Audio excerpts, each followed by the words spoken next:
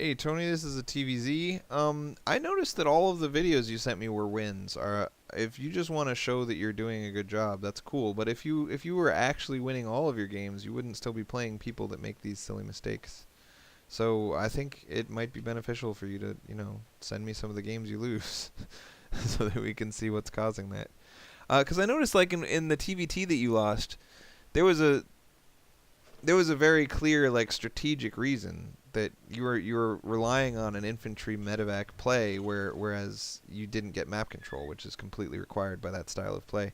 And things like that, until you get to, until you know it, until you're told, it can be easy to lose a lot of games for the same reason over and over.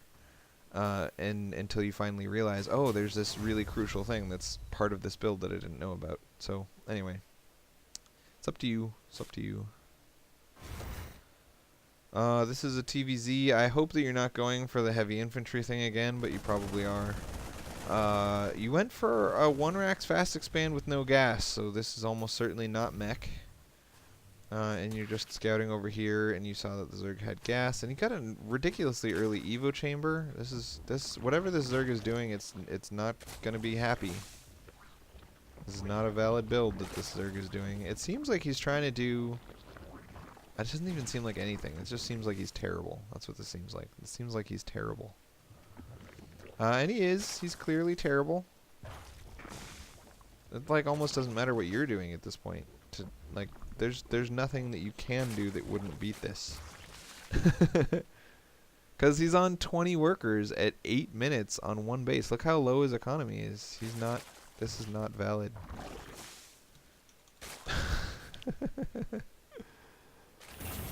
So again, just like the last time, you're going to go heavy Marine Marauder Medevac, and you're going to crush this guy off of pure economy, but it's not going to be because Marine Marauder Medevac was a good strategy. It's not going to be because you used it properly or any of that. It's just going to be because your Zerg opponent is terrible. He didn't do what he should have done. He didn't make workers.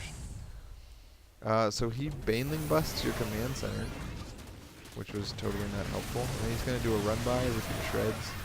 But that's, that's your own fault for not having a wall in.